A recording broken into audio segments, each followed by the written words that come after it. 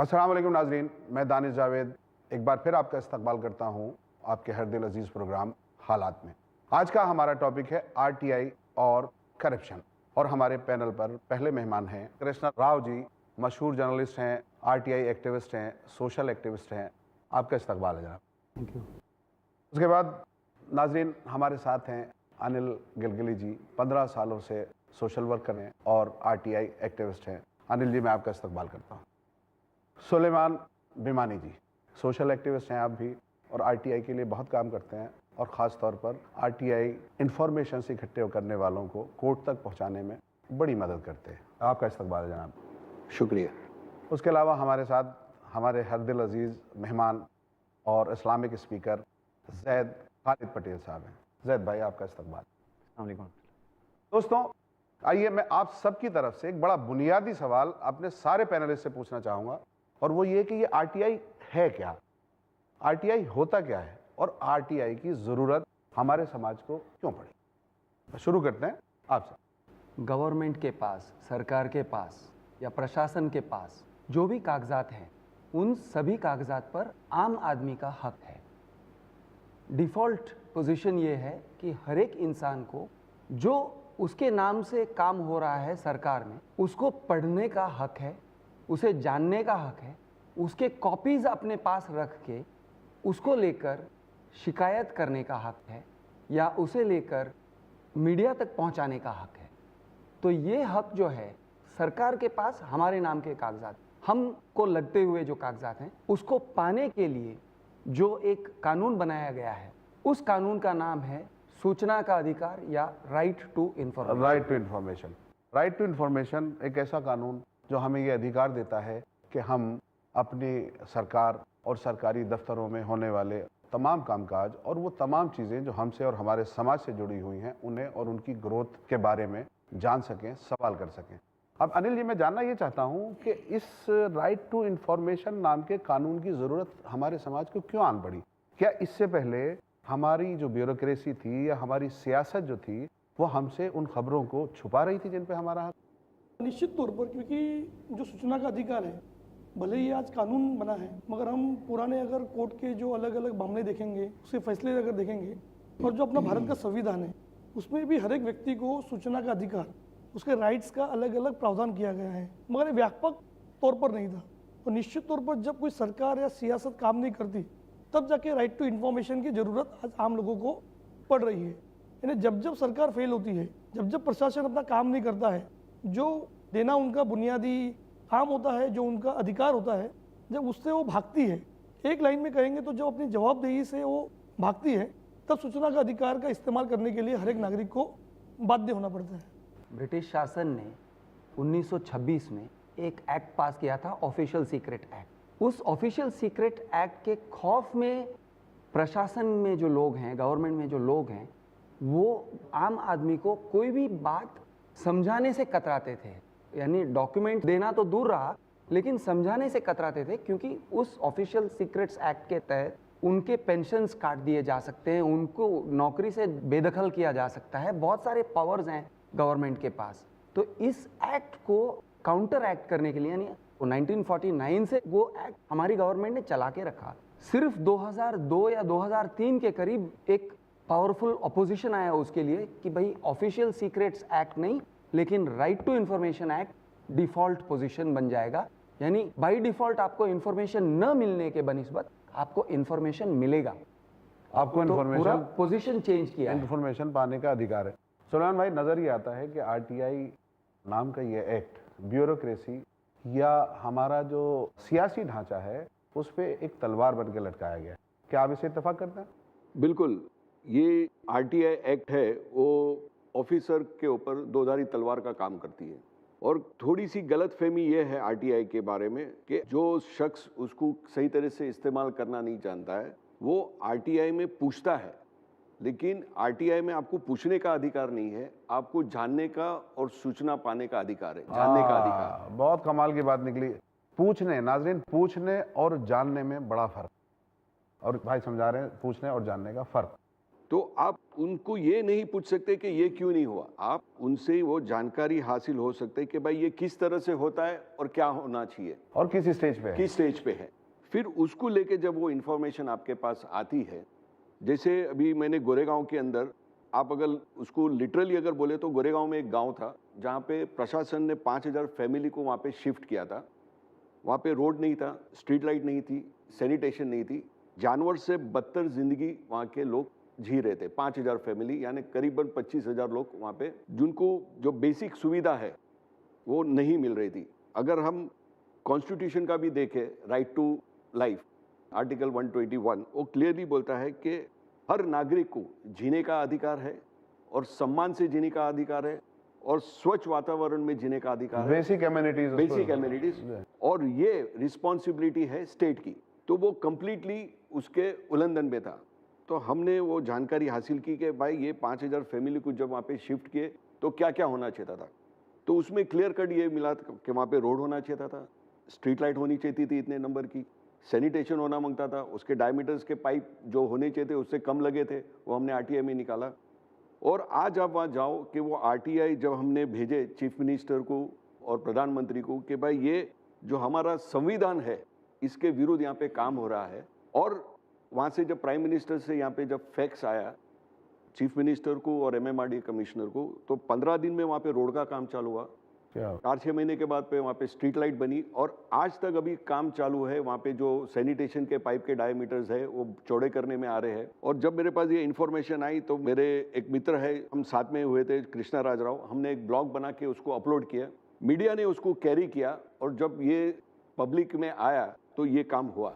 यानी गौर करने की बात यह है कि उन्होंने पूछा नहीं, उन्होंने सूचना लिया। जानने सूचना का अधिकार है, पूछने का अधिकार नहीं है। ये उन्होंने डॉक्यूमेंट्स पाए और डॉक्यूमेंट्स को आप मीडिया को भी प्रेजेंट कर सकते हो, आप पुलिस में भी प्रेजेंट कर सकते हो, आप अथॉरिटीज के सामने प्रेजेंट कर सकते हो कि ये है आपका प्रॉमिस, आपके जो कायदे कानून जो कहते हैं ये है, और ये है परफॉर्मेंस, ये आपकी तो परफॉर्मेंस और इसमें जो फर्क है वो क्यों है, तब जाके आप पूछ सकते हो कंप्लेंट के। सर मैं आपके पास आता हूँ ये आरटीआई के फायदे और नुकसान पे। उससे पहले मैं जैद भाई आपसे पूछना चाहता हूँ एक बात, वो ये कि लाइक हमारा मुस्लिम समाज या वो तमाम समाजी हिस्से जिनके पास माना यह जाता है कि एजुकेशन की कमी है, जिनके पास माना यह जाता है कि तरक्की की रोशनी पूरी तरह नहीं पहुँच पाती, उनके और आरटीआई के बीच में कोई ताल्लुक, कोई संबंध एज ऑफ नाउ आपको नजर आता है? जी, अल्हम्दुलिल्लाह वस्सलातु वस्सलाम अला रसूलिल्लाह व अला आलिहि व सहाबिहि अजमईन, अम्मा बाद। मेरा पर्सनली मानना है कि एक इंसान जब उसका कनेक्शन उसके मालिक के साथ सही हो तो वो सारे इंसानों के लिए रहमत बनता है, खुद की सोसाइटी ही के लिए नहीं, खुद के समाज के लिए ही नहीं, बल्कि सारी सोसाइटी के लिए। और एक ब्रॉडर थिंकिंग है कि कहीं भी जुल्म हो, कहीं भी बुराई हो, उसके सोल्यूशन में वो हिस्सा बन सकता है। तो information about right to information भी उसका हिस्सा है। राइट। इंडिया एक ऐसी कंट्री है जो मानी हुई है। लास्ट ईयर की एक रिपोर्ट है, एक ग्लोबल सर्वे जो किया गया, उसमें पाया गया 27% लोगों ने रिस्पॉन्ड किया कि उन्होंने कोई एक्ट ऑफ करप्शन किया था पिछले साल के अंदर, मतलब ब्राइब दी थी। लेकिन इंडियन एवरेज ये था, 54% इंडियंस ने कहा कि पिछले एक साल में हमने ब्राइब दी है। अब ये जब सिचुएशन है और ये जब सिनेरियो है, तो इस सिचुएशन के अंदर कई बार ऐसा होता है कि कई सेक्शन सोसाइटी के निगलेक्ट हो जाते हैं। जैसे एक मिसाल हमने देखी, अब क्या वो लीगल इंफ्रास्ट्रक्चर है? जैसे हम देखते हैं ये कंट्री के लॉज में राइट टू इन्फॉर्मेशन का एक प्रोविजन है। जैसे लास्ट ईयर की एक एनुअल रिपोर्ट है, तकरीबन 20 लाख एप्लीकेशंस हो रहे हैं राइट टू इन्फॉर्मेशन के एवरी ईयर।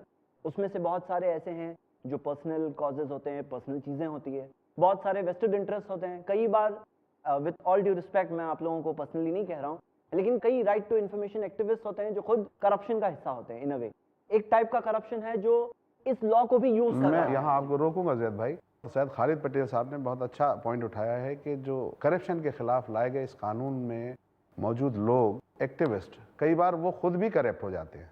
उनके करप्ट होने का रीज़न क्या है और उनके करप्ट होने का एरिया क्या है? कृष्ण जी मैं आपसे जानना चाहता हूँ। जी, जैसे जैद भाई ने कहा, पहली बात है कि करप्शन हमारे खून में है, वो प्रशासन में नहीं है, वो गवर्नमेंट में नहीं है, क्योंकि प्रशासन और गवर्नमेंट भी हमसे ही बनती है, हमारे जैसे लोगों से ही बनती है, और हम उस माहौल में रहते हैं।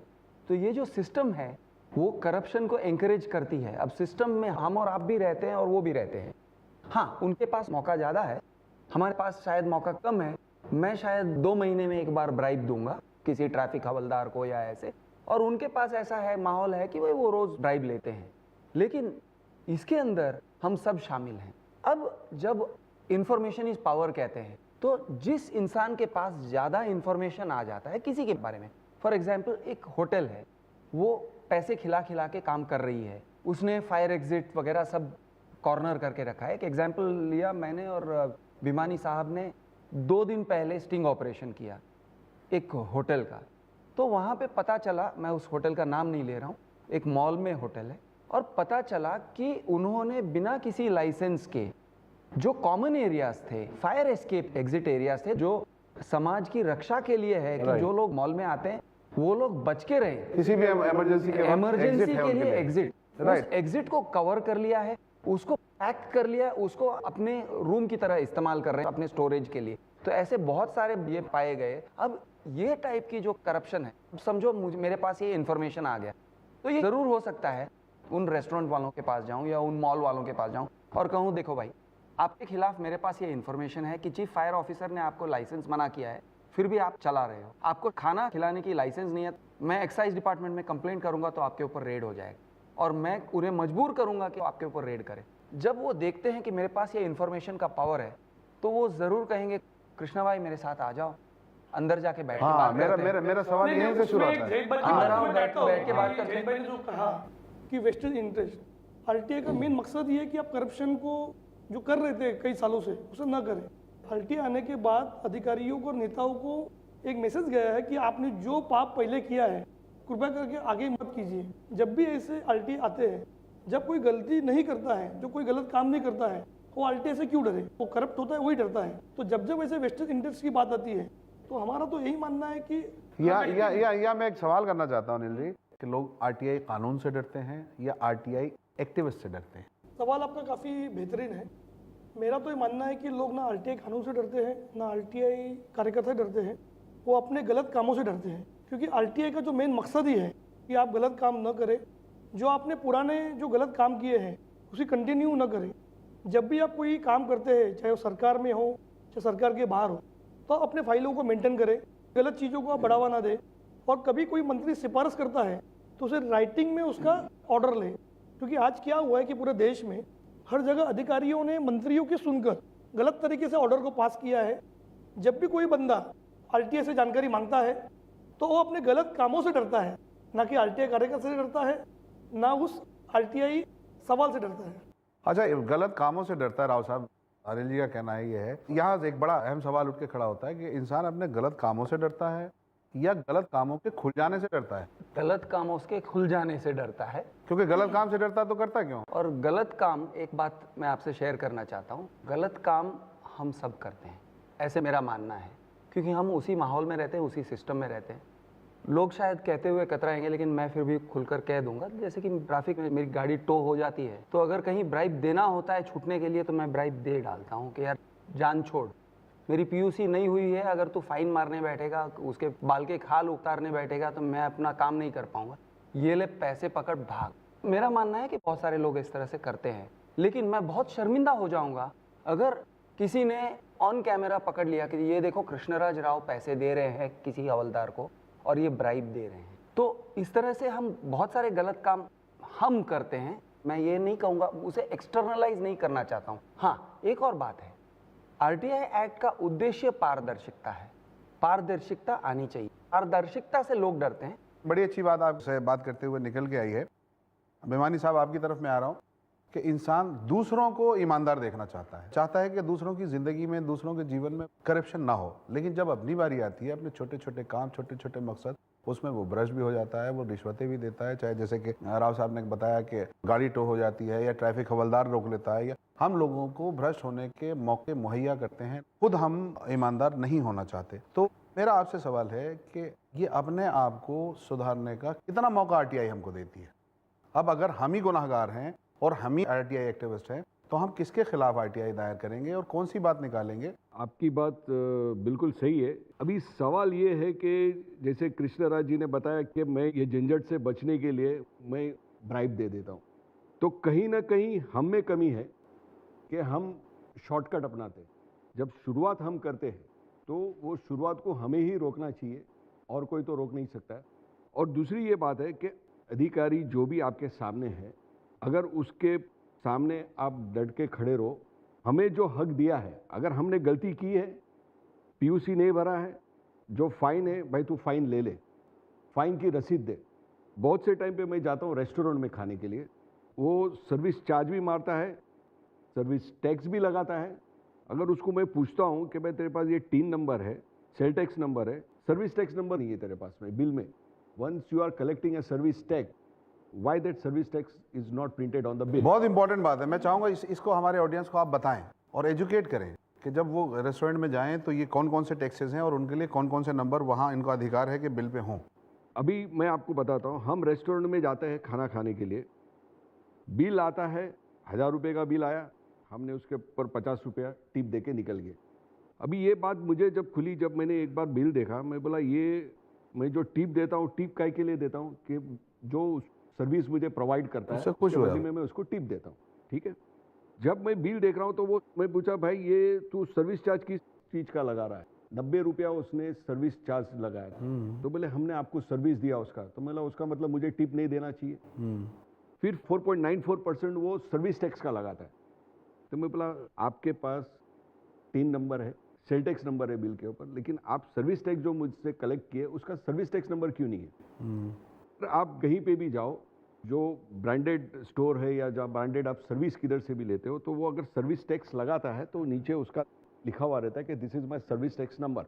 तो ये एक बहुत बड़ी चीज़ है कि हम इस चीज़ को बढ़ावा देते हैं। ये हम सुलेमान भाई, एक बात आप मुझे ईमानदारी से बताएं, आप अगर दुकान पे जाते हो और दुकानदार आपसे एकदम खुले में पूछता है कि सर मैं अगर बिल दूं या ना दूं, हाँ, अगर बड़ी बिल बात। लोगे अगर आप बिल लोगे तो 12.5% टैक्स लगेगा उसके ऊपर, अगर नहीं तो 12.5% कम पड़ेगा। मैंने तो कई बार ऐसे किया है, अरे यार मैंने इतना बार्गेनिंग किया उससे 10% कम करवाने का, अब मैं बिल ले रहा हूँ तो उसको निगेट कर रहा हूँ, बिल छोड़ ये ले पैसे, मामला खत्म कर। गलत कर रहा है। नहीं, मेरा ये मानना है कि ये सब चीज़ें बॉयल डाउन होती है कि set of morals, laws, right and wrong. क्योंकि फैक्ट ये है कि करप्शन की वजह से जो करप्शन रिजल्ट हो रहा है अलग अलग लेवल्स पर, बहुत सारी फ्री अपॉर्चुनिटी डिनाई हो रही है, बहुत सारा फेयर कंपटीशन खत्म हो रहा है, बहुत सारे लोगों को जुल्म करने का मौका मिल रहा है, और बहुत सारे लोग हैं जो अपनी जेबों को भर के स्विस बैंक अकाउंट्स भरे पड़े हैं। गरीब बहुत सारे लोग हैं जिनके बेसिक खाने के प्रॉब्लम्स हैं। अब जब इस सिचुएशन में हम सब यहाँ बैठे हैं और हम एक बहुत मैक्रो लेवल पे सोचते हैं तो इसके बहुत ही सीवियर रिपरकशंस हैं, जो हम देखते हैं कि एक ऐसी कंट्री जिसके अंदर अमीर और गरीब का फ़र्क बहुत बड़ा हो चुका है, और वजहों में से एक बहुत बड़ी वजह करप्शन है, और बढ़ता ही जा रहा है, ये फर्क बढ़ता ही जा रहा है। तो अब यहाँ सवाल ये है कि क्या सही और क्या गलत। कई बार क्या होता है कि एक ट्रेंड होता है सोसाइटी में, एक बहाव होता है, कई बार एक गलत चीज़ इतनी आम होती है कि लोग उसे गलत ही नहीं समझते हैं। गलत नहीं समझते, और गलत कई नहीं। बार ऐसा होता है सोसाइटी के बड़े बड़े जब वो गलत काम करते हैं तो लोग उसे गलत समझना बंद कर देते हैं। फिर भी गलत और सही का एक स्टैंडर्ड है, और वो स्टैंडर्ड हमें पता कैसे चलेगा, ये बहुत अहम सवाल है। तो यहाँ पर एक बात आती है कि हम सब इंसान का बनाने वाला जो क्रिएटर है वो हमें dos and don'ts, right and wrong बताएगा, और वहाँ से हमें पता चलेगा कि आखिर what is right and what is wrong. तो जैसे मैं मिसाल के तौर पर एक इस्लाम ने जो सिखाया है मैं बताना चाहूँगा। कुरान के अंदर आयत है सूरह बकरा सूरह 2 आयत नंबर 188, जिसके अंदर आता है कि अपने माल को मत दो हुक्मरान को, दोज इन पावर को, ताकि तुम किसी और के माल को खा जाओ। कोई लाइन में आगे है, अब उसकी जगह पर मेरी फाइल आगे आ जाए, या किसी और को पीछे करके अपने आप को आगे करना। उसी तरह एक और हदीस है, अल्लाह के रसूल मोहम्मद सल्लल्लाहु अलैहि वसल्लम ने कहा, मतलब यहाँ रिश्वत, क्लियर कट रिश्वत देने से रोका जा रहा है। रोका गया है। बल्कि सिर्फ वो नहीं, बल्कि इसके अंदर एक हदीस है सुनन अबू दाऊद में सही सनद से, अल्लाह के रसूल मोहम्मद सल्लल्लाहु अलैहि वसल्लम ने कहा कि जो रिश्वत देने वाला है और रिश्वत जो लेने वाला है, दोनों के ऊपर अल्लाह की लानत है, कर्स ऑफ अल्लाह है। आप देखेंगे कि जो लोग रिश्वत लेने वाले हैं, वो जो पैसा होता है, क्योंकि फैक्ट ये है ना कि एक इंसान दुनिया में तो कर सकता है, सही भी कर सकता है, गलत भी कर सकता है, एक चॉइस है, इख्तियार है, लेकिन एक चीज़ का रिजल्ट बेयर करना पड़ेगा दुनिया में भी और मरने के बाद की ज़िंदगी में भी। तो जैसे अल्लाह के रसूल मोहम्मद सल्लल्लाहु अलैहि वसल्लम की हदीस है कि कुल्लु जसदिन नबत मिन अस्सुख्ती फन्नारु औला बिही, हर वो गोश्त जो हराम कमाई खा के बनता है, उस गोश्त पर जहन्नम की आग का हक होता है। तो अब यहाँ ये देखते हैं कि गोश्त तो खुद का ही नहीं बन रहा है, वो बच्चे का भी बन रहा है। कई बार ऐसे करप्ट ऑफिशियल्स के जो बच्चे होते हैं, उनकी औलाद का रिजल्ट दुनिया में ही दिखने लगते हैं। मेरा तो मानना है कि इसमें जो एथिक्स की बात है, क्योंकि आज समाज में हम तेजी से बढ़ रहे हैं, आधुनिकता के नाम पर जो पाश्चात्य संस्कृति को हम अपना रहे हैं, मगर जो नैतिकता है, बेसिकली समाज में से जो नैतिकता खत्म हो चुकी है, तो सबसे अधिक जैसे भी चाहे हर धर्म में जो बातें कही है, निश्चित तौर पर उसका हम लोग अमली जामा पहनाएंगे तो समाज में ना क्राइम होगा ना गलत काम होंगे। तो आज हमें नैतिकता के जो क्लासेस शुरू करने चाहिए, स्कूलों में जो नैतिकता की जो पढ़ानी चाहिए, ताकि आने वाली जो अपनी नस्ल है वो इन गलत चीज़ों से थोड़ा बच सके। मैं एक बात पे फिर से लौटना चाहूँ जी, कि जी, आरटीआई एक्टिविस्ट से डरते हैं या आरटीआई एक्ट से डरते हैं। हाँ, तो आरटीआई एक्टिविस्ट अगर खुद को ऐसे वो पेश करता है कि तुम मुझसे डरो, तो वो एक फॉर्म ऑफ करप्शन है। मेरे पास आपका सारा इंफॉर्मेशन है। आरटीआई एक्टिविस्ट एक बिल्डर से कहता है या एक अधिकारी से कहता है कि देखो तुम्हारे सारे इंफॉर्मेशन मेरे पास हैं, मैंने गवर्नमेंट से पा लिया है, आरटीआई एक्ट के माध्यम से या किसी भी माध्यम से मैंने पा लिया है। अब मेरे पास आपके पूरे अंदर के मामले मेरे पास हैं, मैं आपका पोल खोल सकता हूँ, मुझसे डरो। ये मुझसे डरो वाली जो भावना है वो खुद एक करप्शन है। फिर वो मुझसे डरो की वजह से उसे पैसे मिलते हैं या मुझसे डरो कहने की वजह से उसे पावर मिलता है। अरे भाई तू एक काम कर, तू मेरे पार्टी में ज्वाइन हो जा, मैं तुझे सीधा डिस्ट्रिक्ट प्रेसिडेंट के कुर्सी पे बैठा दूंगा, वो भी एक करप्शन है। या तुम इन्फ्लुएंशियल हो, 2 कदम आगे आ जाओ, लाइन में आगे आ जाओ, आपका काम जल्दी हो जाएगा। अच्छा राव साहब, ये मैं भी बीच एक corruption में है। बीच में टोक रहा हूँ आपको। ऐसा कोई इंसिडेंट आपके करियर में हुआ या आपके किसी साथी के उसमें हुआ जहाँ आपने ये देखा हो कि ये बड़ा अच्छा आरटीआई का एक्टिविस्ट है और लेकिन इसकी जो पर्सनल एम्बिशंस हैं वो कहीं उसने उसको एक्टिविटीज़ को ओवर पावर कर लिया है और वो एक्टिविस्ट से कहीं ज़्यादा पावर एंजॉय करने लगा है और जैसा आपने अभी कहा कि वो अपने आप को लोगों पे इम्पोज करने लगा है बीइंग आरटीआई ये एक्टिविस्ट। सेल्फ इंपॉर्टेंस का जो करप्शन है मैंने कई बार देखा है और मैं कोई लगातार कोई देखता हूं। नोटेबल इंसिडेंट जो आप बहुत- शेयर करना चाहें? मैं किसी का नाम नहीं लेना चाहूंगा, लेकिन ये बात जरूर हाँ, बगैर कहूंगा। नाम के बताइए, बगैर मैं नाम नहीं बताऊंगा, लेकिन आरटीआई एक्टिविस्ट में ऐसे कई सारे धुरंधर बैठे हैं जिनको आरटीआई के देवता तक माना जाता है, लेकिन ऐसे धुरंधर उस सेल्फ इम्पोर्टेंस की वजह से वो लोगों ने सेल्फ इम्पोर्टेंस का फ़ायदा लिया है, पूरी तरह से फ़ायदा लिया है और लेते रहे हैं and they continue to take that. अच्छा, यहाँ बड़ा एक चुभता हुआ सवाल मैं आपसे पूछूंगा, माफ़ कीजिएगा। आपने कहा कि मैं नाम नहीं लूँगा, आप खुद एक आरटीआई एक्टिविस्ट हैं और बहुत दृढ़ता से काम कर रहे हैं, तो ये करप्शन नहीं है कि आप बोल रहे हैं मैं नाम नहीं बताऊंगा? नहीं, मैं सिर्फ क्यों नहीं इसलिए बताएंगे आप नाम? अच्छा हाँ चलो, मैं इसलिए नहीं बताऊंगा क्योंकि ऐसे धुरंधर हैं जिनकी अगर हम क्रिटिसाइज करेंगे ऑन मीडिया, अगर आप नाम चाहते हो तो मैं कई तरह से नाम नहीं, बताना नहीं, चाहूंगा। नाम मतलब मत- हम सिर्फ इतना चाह रहे हैं। I think सही authority को गवर्नमेंट बताना एक अगर ज़्यादा आप अगर ये कह रहे हो कि नाम बताओ, तो मैं हर तरफ से नाम बता सकता हूँ। मैं गवर्नमेंट वालों की भी नाम बता सकूंगा, मैं पॉलिटिशियंस की भी नाम बता सकूंगा और मैं आरटीआई एक्टिविस्ट की भी नाम बताऊंगा जो सेल्फ इंपॉर्टेंस का करप्शन कर रहे हैं यस, और उन्होंने फेस वैल्यू कल्टीवेट किया हुआ है आरटीआई के माध्यम से। अक्सर हमें देखने में आता है ऐसा, जैसे आपने कहा भी मैं नाम नहीं लूँगा, तो इसमें ऐसा भी होता है और इस वजह से भी होता है कि कई बार फेयर फैक्टर होता है कि यार उनका नाम लेंगे, अपने ट्रेड के लोग हैं और परेशानियाँ पैदा होंगी या दिक्कतें आएंगी। तो मैं टॉपिक को मोड़ना चाहता हूँ और इस तरफ मोड़ना चाहता हूँ कि ये जो आरटीआई एक्टिविस्ट हैं इनमें से कुछ भ्रष्ट भी हो जाते होंगे और होते होंगे। मेरे पास डेटाज में कुछ एग्जाम्पल भी पड़े हैं, मैं भी डिस्कस करूँगा। इन विचारों को खुद को क्या भुगतना पड़ता है? क्या ये खुद ऐसे किसी खौफ से गुजरते हैं? यहाँ मीडिया के सामने आप अभी आपको लगा कि नाम नहीं लेना चाहिए, कभी उनके साथ ऐसा भी तो होता होगा कि जिन लोगों के खिलाफ वो काम कर रहे हैं वो लोग उन्हें धमकाते होंगे या जिन लोगों के इंटरेस्ट उनसे टकरा रहे हैं वो लोग भी उनको परेशान करते होंगे या धमकियाँ मिलती होंगी या उनको नुकसान पहुँचाया जाता होगा। हमने कई बार खबरों में पढ़ा कि फलां आरटीआई एक्टिविस्ट थे, उनका एक्सीडेंट हो गया या फलां आरटीआई एक्टिविस्ट थे वो मार दिए गए। तो ये क्या माहौल है, कैसा माहौल है और कैसे माहौल में आप तीनों लोग यहाँ आरटीआई एक्टिविस्ट हैं बैठे हैं, आपके अपने अपने एक्सपीरियंसेस होंगे कि ऐसे खौफ के माहौल से गुजर के आप लोग किस तरह अपनी लड़ाई लड़ पाते हैं? ये सवाल है। मैं शुरू आपसे करता हूँ। निश्चित तौर पर ये सवाल लाजमी है, मगर जब हम इस क्षेत्र में जब हमने शुरुआत की तो हमने सबसे पहला सोच लिया कि हम मर चुके हैं, क्योंकि जो मरा हुआ आदमी को कोई डर नहीं होता है, क्या बात, जो मर गया उसे काई का डर नहीं है। और सबसे बड़ी बात है कि अभी हमने पिछले 14-15 वर्षों से, चाहे महाराष्ट्र हो, चाहे दिल्ली हो, चाहे गुजरात हो, कई जगह अलग अलग आरटीआई के प्रयोग किए, कुछ में हमें सफलता मिली। तो हमने हमेशा ये सोचा है कि जो आरटीआई हो वो जनहित में हो, किसी के व्यक्तिगत छवि को या किसी के बेडरूम तक जाने की हमने कभी सोची नहीं, ना हमने कभी प्रयास किया है। और सबसे बड़ी बात है कि जब भी हमें आरटीआई से जानकारी मिलती है तो सबसे पहले हम करस्पॉन्डेंस करते हैं उस डिपार्टमेंट से, गवर्नमेंट को बताते हैं कि हमने आरटीआई से जानकारी हमने प्राप्त की है, ये खामियां हैं, यहाँ भ्रष्टाचार है, इसे आप सुधार सकते हो, प्लीज़ आप इस पर काम कीजिए। सर कोई ऐसा इंसिडेंट फॉर एग्जाम्पल? जैसा कि अब मैं आपको एक सबसे बड़ा इंसिडेंट बताऊँ तो मुकेश अंबानी ओके, देश के बड़े उद्योगपति थे, उन्होंने जब अपनी बिल्डिंग बांधी अंटालिया, उन्होंने बाहर का फुटपाथ कवर कर लिया। जब मैंने आरटीआई से इंक्वायरी की तो महानगर पालिका के अधिकारियों ने उनको नोटिस दी थी, एक्शन शुरू थी, मगर उन्होंने अपनी ताकत का इस्तेमाल कर जो पालिका कमिश्नर थे सुबोध कुमार, उनको अपने प्रेशर में लाकर उन्होंने उसको ऑथोराइज किया, जबकि उन्होंने उस फुटपाथ का जो एफएसआई है अपनी बिल्डिंग में लगा दिया था। तो हमने आरटीआई के बाद फॉलोअप किया, हमने सभी डॉक्यूमेंट गवर्नमेंट के पास भेजे। इस मामले में असेंबली में काफ़ी चर्चाएं हुई, एक्शन लेने की बात हुई और हमें 4 साल लगे, मगर वो 4 साल के बाद उस फुटपाथ को मुकेश अंबानी को खुद को तोड़ना पड़ा। यानी अगर हम सही काम करेंगे और अगर जनहित में करेंगे, क्योंकि फुटपाथ ये मेरा खुद का नहीं था, आम जनता के हित के लिए था, अगर आप अच्छा काम करेंगे तो आपको ईश्वर भी मदद करेगा, आपको प्रशासन भी मदद करेगा और आपको डिपार्टमेंट भी मदद करेगा। लेकिन आपको आरटीआई करते वक्त थोड़ा संयम की ज़रूरत है, थोड़े धीरज की ज़रूरत है। आप तुरंत आरटीआई करेंगे, तुरंत आपको एक्शन नहीं मिलेगा। आपको संयम की सबसे बड़ी आवश्यकता इस आरटीआई कानून में है। जावेद राव भाई, साहब कुछ कहना चाह रहे हैं? हाँ जी जावेद भाई, ऐसा है कि हर एक एक्टिविस्ट के पास हर मोमेंट पे, हर मोड़ पर उसके पास 2 चॉइसेस आते हैं। एक थोड़ा सेफ होता है, एक थोड़ा अनसेफ होता है।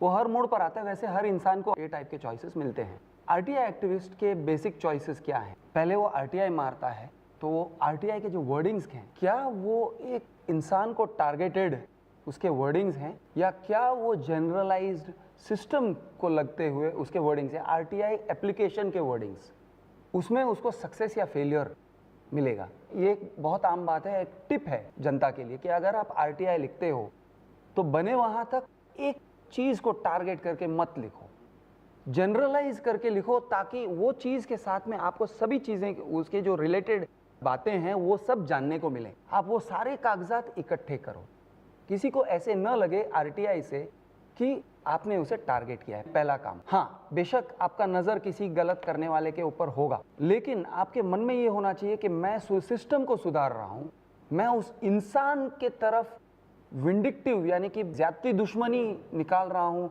वो नहीं होना चाहिए। नहीं होते, लेकिन बहुत सारे बिल्डर उस फील्ड में हैं कि अगर किसी की कत्ल करवाना चाहें तो उनके पास मैन पावर, मसल, पैसे, हर चीज़ की कमी नहीं है, पॉलिटिकल इन्फ्लुएंस की कमी नहीं है, तो ये लोग कर भी लेते हैं। तो आप अगर किसी बिल्डर के खिलाफ, लेकिन आप उस तरह से उसे संग्रह ना करो, उस चीज़ को आप इंफॉर्मेशन निकाले, आपने दे दो भाई, शेयर करना शुरू करो, शेयर करना शुरू आरटीआई एक्टिविस्ट की ग्रुप में शेयर करो, गवर्नमेंट को लिखो, कंप्लेंट डालो, आप ओपन रखो, आप सनलाइट में लड़ो, आप डार्कनेस में मत लड़ो। मतलब बुरे, आप कहना चाहते हैं बुरे लोगों के लिए एक इंडिविजुअल को भीड़ बना दो, भीड़ बना दो, तो भीड़ पे हमला नहीं हो सकता, भीड़ में हमला नहीं। और दूसरी बात इंडिविजुअल पे हमला हो सकता है कि ये बात को आप गुप्त राज मत रखो। राव साहब, मैं आता हूँ आपके पास। बहुत अच्छी अच्छी बातें इस वक्त यहाँ पर चल रही हैं। राव साहब ने बहुत अच्छी बात बताई कि अगर आप आरटीआई एक्टिविस्ट हैं तो इन्फॉर्मेशन इकट्ठी कीजिए और इकट्ठी करके अपनी किसी पर्सनल एम्बिशन के कारण अपने पास मत रखिए, वरना आप टारगेट किए जा सकते हैं।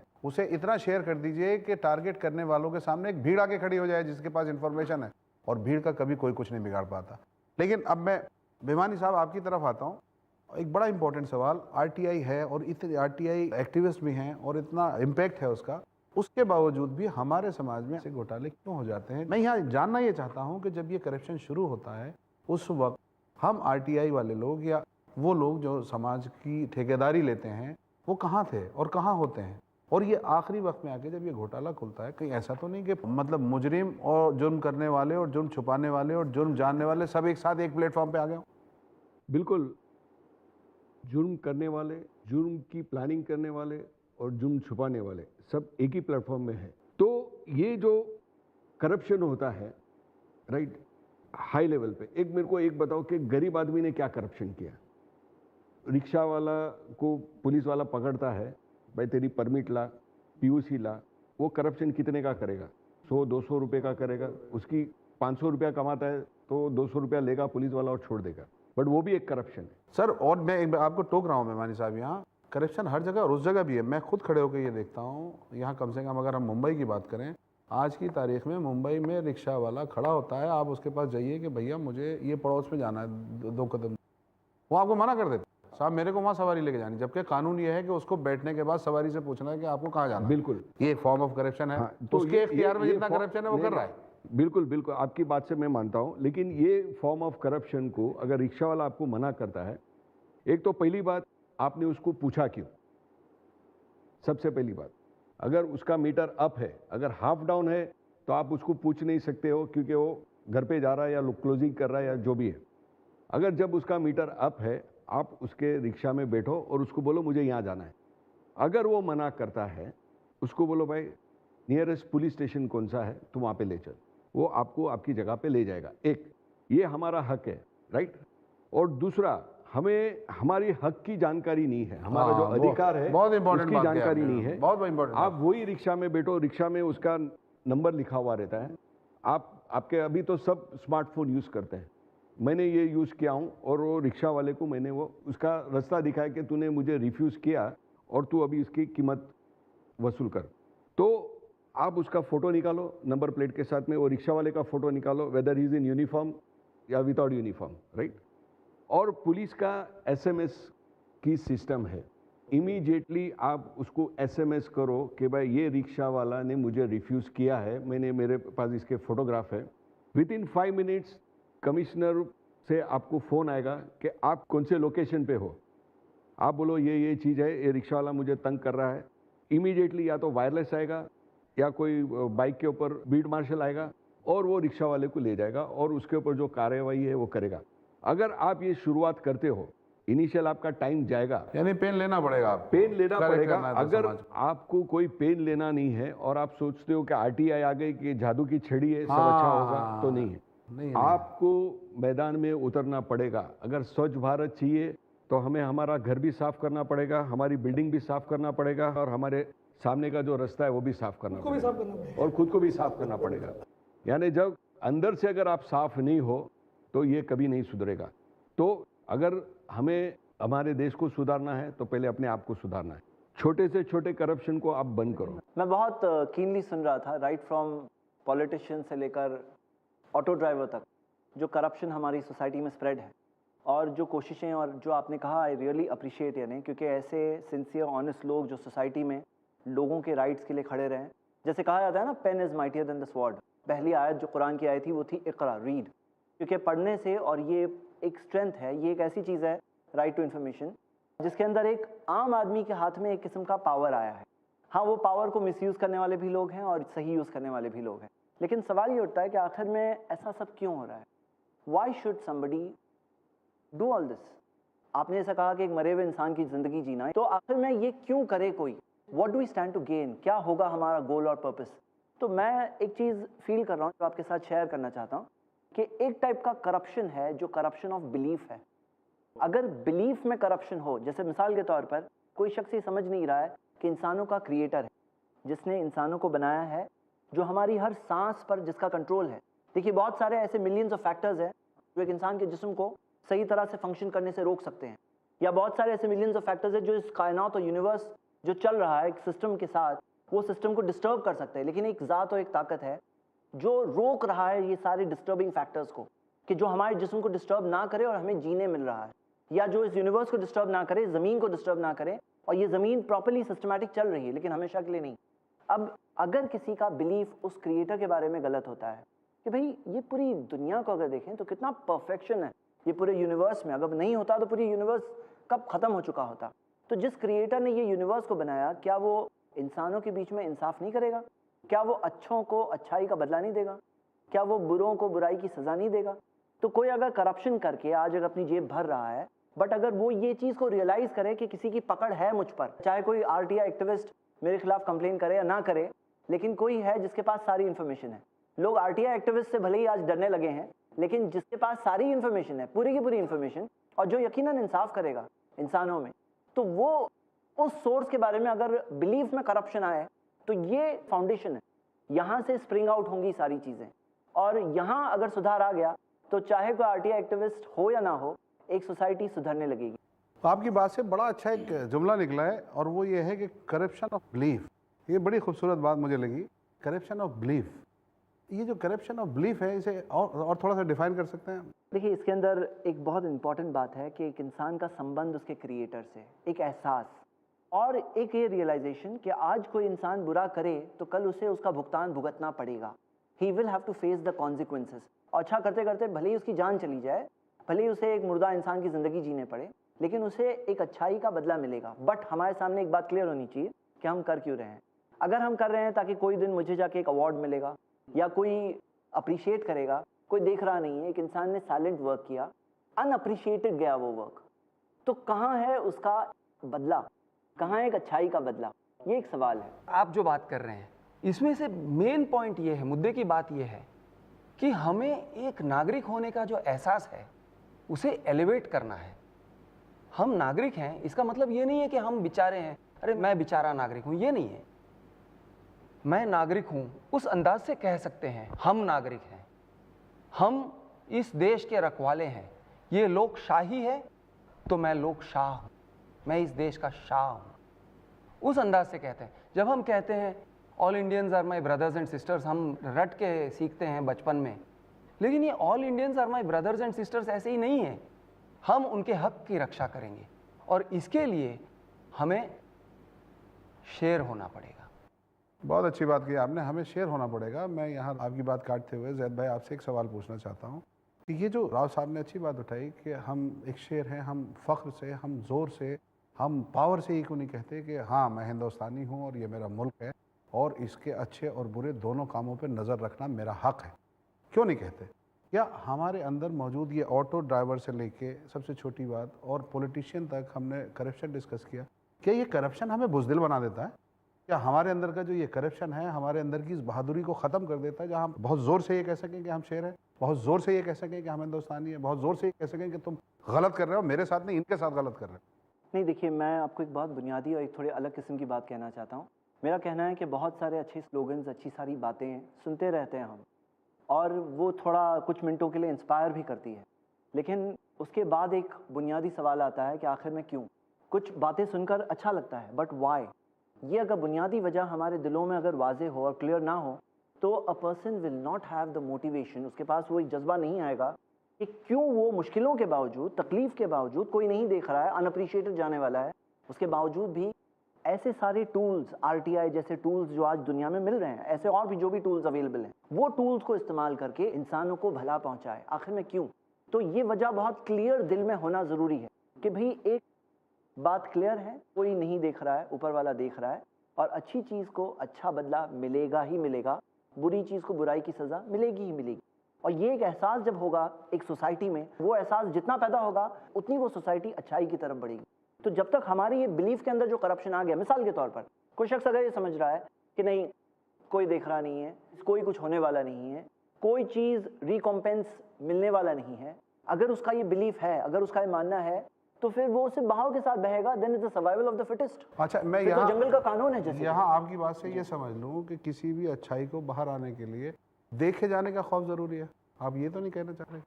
जी, तो हम ये बीइंग ऑन देख रहे हैं सर्विलांस और बीइंग वॉच्ड ज़रूरी है जी, कि कोई भी इंसान अच्छा तब तक नहीं हो सकता कि उसे या तो आरटीआई एक्टिविस्ट या उसका खुदा या उसका भगवान देख रहा है। जब तक उसे ये एहसास ना हो, वो अच्छा नहीं हो सकता।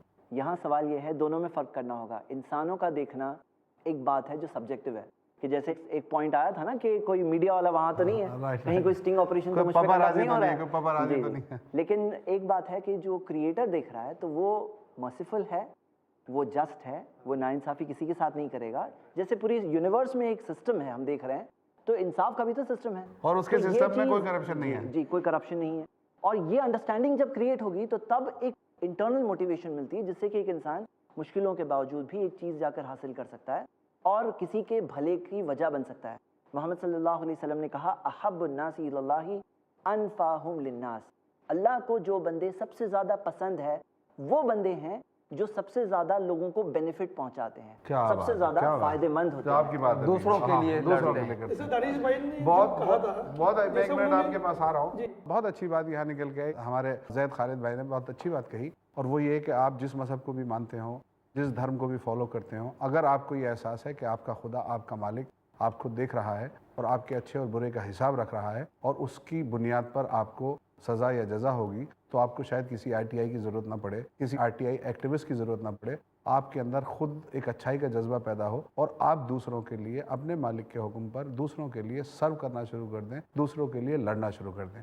आइए अनिल जी, आपकी तरफ आते हैं।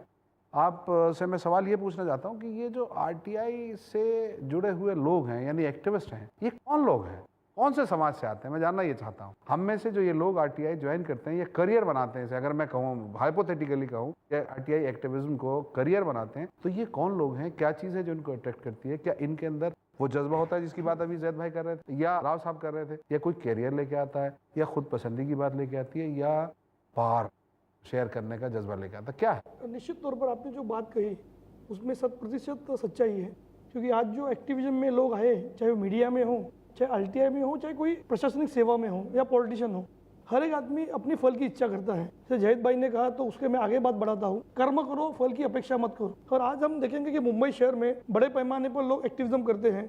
जब कोई एक आरटीआई अर्जी करता है तो तुरंत उसे आरटीआई एक्टिविस्ट कहते हैं, तो ये थोड़ी जल्दबाजी होती है। आप किसी के एक आरटीआई पर उसे एक्टिविस्ट मत कहिए, आप उसके एक काम पर उसे अच्छा इंसान मत कहिए, उसे और कई काम करने का मौका दीजिए, क्योंकि जरूरी नहीं कि एक काम में वो रिजल्ट आ सकता है या एक आरटीआई में वो रिजल्ट आ सकता है। निश्चित तौर पर आज मुंबई और महाराष्ट्र में बड़े पैमाने पर लोग आरटीआई एक्टिविस्ट का मिसयूज भी करते हैं, गलत तरीके से पैसा कमाने के लिए इस क्षेत्र में घुसपैठी की तरह घुस चुके हैं। मगर दुर्भाग्य की बात है कि महाराष्ट्र के पास ऐसा कोई आंकड़ा नहीं है, क्योंकि जब जब इस बारों की चर्चा मीडिया में होती है, टेलीविजन पर होती है कि आरटीआई से लोग ब्लैकमेलिंग करते हैं, तो हमने गवर्नमेंट ऑफ महाराष्ट्र से पूछा था कि आपके पास ऐसे लोगों की लिस्ट है क्या जिन लोगों ने गलत तरीके से आरटीआई एक्ट का इस्तेमाल किया है, जिन लोगों को ब्लैकमेल किया है, किन किन लोगों के खिलाफ आपके पास शिकायतें दर्ज है? लेकिन सरकार ने हमें जवाब दिया कि हमारे पास किसी का भी एक भी रिकॉर्ड उपलब्ध नहीं है। यानी ये सब कल्पनाएं भी होती है। और मेरा तो मानना है कि जब भी कोई ऐसी मूवमेंट होती है, जब भी ऐसा कार्यक्रम होता है, तो उसके ज़्यादा पॉजिटिव और नेगेटिव तो चीज़ें होती है, मगर एक व्यक्ति के गलत काम से आप पूरे एक्टिविज्म को बदनाम मत कीजिए, एक व्यक्ति के काम से उस धर्म को बदनाम मत कीजिए, एक व्यक्ति के गंदे काम से उस देश को बदनाम मत कीजिए। क्योंकि हमेशा क्या होता है कि एक व्यक्ति अगर अनिल गडकरी ने कुछ गलत किया है, तो अनिल गडकरी किस देश का है, किस धर्म का है, उससे उस धर्म को बदनाम मत कीजिए। राइट। तो आरटीआई एक्टिविज्म एक अच्छी चीज है, मगर उसका कैसा इस्तेमाल लोग करते हैं उस पर डिपेंड है। आरटीआई एक्टिविस्ट का पैसे के साथ एक बड़ा अजीब सा और अनकंफर्टेबल रिश्ता है, और उस रिश्ते के बारे में मैं थोड़ा बात करना चाहूँगा जी। कहा जाता है कि इंफॉर्मेशन इज पावर या knowledge is power.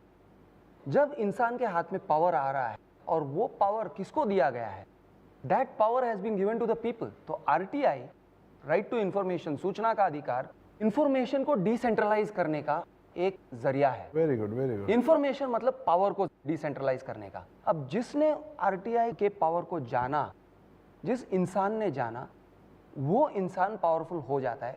He becomes powerful enough to question the prime minister, the chief minister, the chief secretary, the जजेस। उसके अंदर वो पावर आ जाती है। Any person with the power. हाँ, जैसे कि एक टूल है, एक टूल का मुझे महारत मिल गया है, मैं उसमें एक्सपर्ट हो गया हूँ उस टूल में। जैसे इन्होंने कहा, वो एक टूल है, आरटीआई एक टूल है, कंप्लेंट करना एक टूल है, जर्नलिस्ट का, मीडिया का जो पावर है वो एक टूल है, ऑथर का लिखने का जो एक पावर है, समझाने का पावर है वो एक टूल है, फोटोग्राफर का पावर का एक टूल है, स्टिंग ऑपरेशन करने वाले फोटोग्राफर का या वीडियोग्राफर का एक टूल है। उसी तरह राइट टू इंफॉर्मेशन का एक टूल है, वो इंफॉर्मेशन हासिल करेगा। लेकिन उस टूल का पैसे से डायरेक्ट संबंध है सर, और उसे हम आरटीआई एक्टिविस्ट अनदेखा करते हैं। मैं ये कहूँगा, think of it not as a field of activism और इवेंजलिज्म, उसे एक प्रैक्टिस समझ लो। वकील है, वकालत करता है, कानून जानता है, क्या उसको पैसे नहीं मिलते? क्या वो पैसों का हकदार नहीं है? बिल्कुल है। RTI can be a practice. Very good, very good. Right बहुत टू अच्छी बात इंफॉर्मेशन को एक प्रैक्टिस समझ लो। बहुत अच्छे Consultant नोट पे की आप तरफ से। पहुंचे। लेकिन उसका पेमेंट कहाँ से मिलेगा? तो पेमेंट दो तरीके से मिल सकते हैं। एक, जो उसका बेनिफिशियरी है, जो उसका बेनिफिशियरी एक प्राइवेट पार्टी है, वो सताया हुआ है, वो हारा हुआ है, वो नहीं जानता आरटीआई को कैसे वील्ड करना, वो नहीं जानता कंप्लेंट कैसे लिखना, वो नहीं जानता मीडिया को कैसे मूव करना। एक आरटीआई एक्टिविस्ट अगर उसे वो सर्विस दे सकता है कि तेरी पीड़ा को मैं दूर करूंगा, तेरे दर्द को मैं दूर करूंगा, मैं लड़ूंगा तेरे तरफ से, तो वो एक प्रोफेशनल है और उससे पैसे लेने के उसके अधिकार हैं सर, और उसे लेने चाहिए। बहुत अच्छी बात पे, बहुत अच्छी नोट पे हम प्रोग्राम को खात्मे की तरफ लेके जा रहे हैं। बहुत अच्छी बात क्यों आपने ना? कही हाँ। कि और अगर आप नहीं दोगे तो वो फिर उल्टी करप्शन की तरफ जाएगा, करप्शन की और तरफ जाएगा और वो उसकी उल्टे तरफ जरूरत है, से उसकी जरूरत है, उसको करप्ट कर देंगी। करप्ट कर। यहाँ इसमें एक बहुत अहम बात ये होती है कि जो कंट्री के बहुत सारे ऐसे लोग होते हैं जो पीपल इन पावर है, जिनके ऊपर एक रिस्पॉन्सिबिलिटी है। मैं एक मिसाल बताता हूँ। मोहम्मद सल्लल्लाहु अलैहि वसल्लम के ज़माने में एक ऐसा पर्सन जिसे टैक्स कलेक्टर बना करके भेजा गया था, अब उसने जो कलेक्ट किया, कलेक्ट करने के बाद कहा कि ये जो टैक्स मिला था ये है और ये मुझे एक गिफ्ट मिला। तो मोहम्मद सल्लल्लाहु अलैहि वसल्लम ने लोगों को एड्रेस करके कहा कि तुम घर पे बैठकर क्यों नहीं देखते कि कोई तुम्हें गिफ्ट देने आ रहा है या नहीं आ रहा है। तो कोई गिफ्ट होता है जो गिफ्ट मिला फॉर दोज इन पावर। अब ये जो मिसयूज है ये एक फॉर्म ऑफ करप्शन है। हालांकि हमें ऐसे सिंसियर लोगों की जरूरत है एट डिफरेंट लेवल्स जो इस चीज को दूर करें। और यही चीज समझने के लिए, बल्कि एक पूरी सोसाइटी में एक अच्छा माहौल पैदा करने के लिए, वो माहौल पैदा हो गया तो people of different faiths backgrounds बैठकर बात कर सकते हैं, एक दूसरे को अंडरस्टैंड कर सकते हैं, जो सही बात है वो एक दूसरे के साथ शेयर कर सकते हैं। जैसे आज भले ही हमारा आरटीआई का टॉपिक है, लेकिन बहुत सारे दूसरे टॉपिक्स जो आज ये डिस्कशन में मैं फील कर रहा हूँ आप सबके साथ बैठकर, तो यहाँ होना ये चाहिए कि हम जब डिस्कस करते हैं, शेयर करते हैं थॉट्स, और उसके अंदर ये जो बिलीव का करप्शन है ये दूर होंगे। कई लोग क्या बिलीव करते हैं कि कुछ सेटिंग करके मैं वहां भी बच जाऊंगा। मतलब जब उनका वो बिलीव का करप्शन है, जब वो समझते हैं कि कुछ शॉर्टकट्स अवेलेबल हैं, कुछ ऐसे रास्ते हैं जिसमें हर कोई पकड़ा नहीं जाएगा, तो वो बिलीव के करप्शन की वजह से दुनिया में करप्शन हमें दिख रहा है। मतलब कुफारे के पैसे रख के गुनाह करना ये बिलीफ का करप्शन है। बहुत खूबसूरत टॉपिक और बहुत अच्छे पैनलिस्ट हमारे साथ हैं, लेकिन बहरहाल घड़ी की सुइयां रोके से नहीं रुकती हैं और घूमते घूमते घूमते हर वक्त को अपनी इंतहा पे पहुंचा देती हैं। हमारा ये प्रोग्राम, ये टॉपिक भी अपनी इंतहा की तरफ है। अब मैं अपने चारों पैनलिस्ट से चाहूँगा कि 30-30 सेकंड में वो कोई एक ऐसा मैसेज जो आरटीआई एक्टिविस्ट को और आरटीआई भुगतने वाले लोगों को यानी आम आवाम को देना चाहें। आरटीआई की अच्छाई है, राइट टू इन्फॉर्मेशन एक्ट की अच्छाई है, और उससे पैदा होने वाली बुराई है, उनसे कैसे बचा जाए, अच्छाइयों को कैसे अडॉप्ट किया जाए। मैं चाहूँगा शुरू करते हैं राव साहब से, आप अपने ऑडियंस को कोई मैसेज दें। मैं ये समझता हूँ कि हर नागरिक का हक बनता है कि वो इन्फॉर्मेशन यानी कि दस्तावेज, डॉक्यूमेंट्स गवर्नमेंट से निकालें, पढ़े, समझे, इंटरप्रेट करे और उसे या तो मीडिया के सामने रखे या फिर उसके बलबूते पे कंप्लेंट करे उस गवर्नमेंट से, म्यूनसिपैलिटी से या जो भी हो, या फिर किसी PIL करे, पब्लिक इंटरेस्ट लिटिगेशन करे, कोर्ट में जाए। यानी वो इन्फॉर्मेशन की ताकत से सच्चाई की लड़ाई लड़े और आम आदमी की लड़ाई लड़े, न कि सिर्फ अपनी लड़ाई लड़े और अपनी ज्यादती लड़ाई लड़े। Very good. अपनी ज़ाती लड़ाई न लड़के सिस्टम के करप्शन के खिलाफ लड़ाई लड़ाई। सुलेमान हिमानी साहब, आपका मैसेज। अभी ये आरटीआई है, it is power of common man. जो संविधान ने हक दिया है उसका और जो हमारा अधिकार है उसको इस्तेमाल करें। आप जब भी इंफॉर्मेशन निकालते हो आरटीआई के थ्रू, जैसा मैंने शुरुआत की थी, मैंने वो पेपर स्कैन करके अपना एक ब्लॉग बनाया और मैं वो पूरी डिटेल उसमें ब्लॉग में डाल के, और मैं चीफ मिनिस्टर, प्राइम मिनिस्टर, हर अधिकारी जो इससे कंसर्न्ड है और जितने भी मीडिया के मेरे कॉन्टेक्ट्स थे उसको सबको भेज देता था। मेरे पास अगर 5 बजे आता है आरटीआई का इन्फॉर्मेशन, फिर वो 5 बजे से मैं स्कैन करना शुरू करता हूँ, फिर वो 7 बजते, 8 बजते, 9 बजते, 10 बजते, जब तक वो स्कैन होके वेब पे अपलोड नहीं हो जाता है तब तक मैं चैन की सांस नहीं लेता हूँ। उससे ये एक बेनिफिट है, अगर आप आरटीआई का सही इस्तेमाल करना चाहते हो तो आप ये इन्फॉर्मेशन पब्लिक में शेयर करते हो, तो उससे कभी भी आपके ऊपर अगर कोई धमकी देता है या कुछ होता है तो इमीडिएटली पुलिस को पता है कि ये इन्फॉर्मेशन के हिसाब से इनके ऊपर हमला हुआ है या अटैक हुआ है, तो पुलिस उस पर कार्रवाई करेगी और आपको कोई डर नहीं रहेगा। अगर वो इन्फॉर्मेशन लेके अगर आप उसको छुपाने की कोशिश करोगे या ब्लैकमेल करने की कोशिश करोगे तो वो आपके लिए खतरे की घंटी है। इन्फॉर्मेशन अपने पास रोकना नहीं है, इन्फॉर्मेशन को इमीडिएटली स्प्रेड कर देना है। सिंपल और साफ और सीधा मैसेज है। अनिल गिलगिली जी, आपका मैसेज। मेरा तो इतना ही कहना है कि जब जब सरकार काम नहीं करती है, जब वो अपने वो कर्तव्य से विमुख होती है और अपने उद्देश्यों से भटकती है, तब लोग आरटीआई का इस्तेमाल करते हैं। और मेरा तो मानना है कि देश के सभी 125 करोड़ जनता को, हर एक को एक आरटीआई का इस्तेमाल जरूर करना चाहिए। तब उन्हें पता चलेगा कि आरटीआई सचमुच में क्या है, उसका क्या लाभ है और उससे सरकार कैसे हिलती है। क्योंकि आज देश में जो जो भ्रष्टाचार सामने आया है वो आरटीआई के जरिए आया है, आरटीआई ने एक्सपोज किया है और आने वाले दिनों में भी ऐसे कई मामले एक्सपोज होंगे। जैद खालिद भाई, आपका मैसेज। जी, मेरा मैसेज सारे लोगों के लिए ये है कि दोनों टाइप के करप्शन इन बिलीफ और करप्शन इन एक्शंस, दोनों के दोनों को ख़त्म करना है।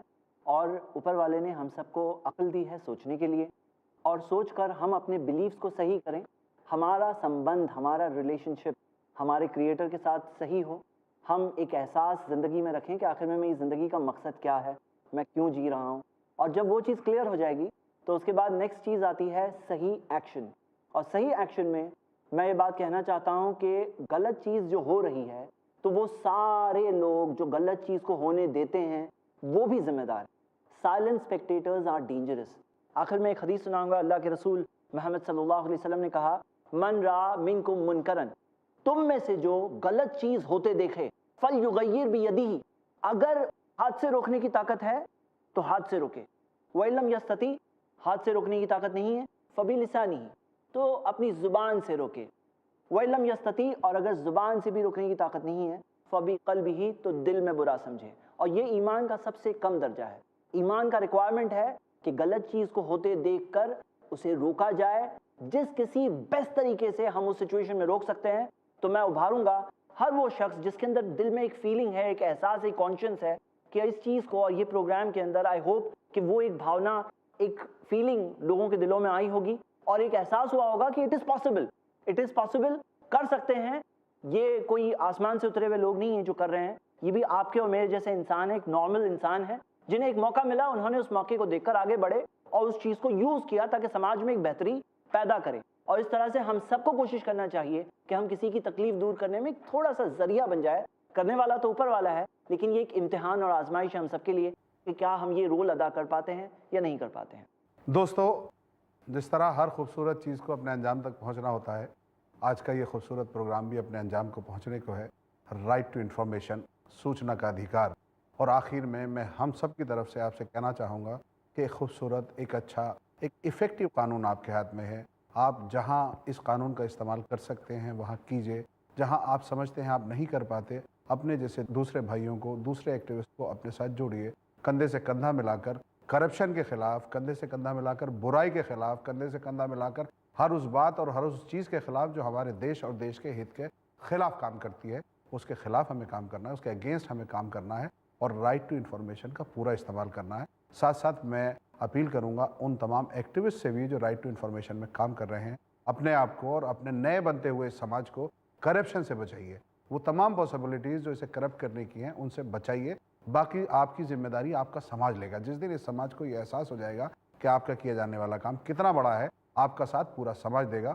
और मैं इन 2 लाइनों के साथ प्रोग्राम को ख़त्म करता हूँ कि खामोश मिजाजी तुम्हें जीने नहीं देगी, खामोश मिजाजी तुम्हें जीने नहीं देगी, इस दौर में जीना है तो कोहराम मचा दो। अपना ख्याल रखिए। अल्लाह हाफ़िज़। अगले एपिसोड में फिर मुलाकात हो।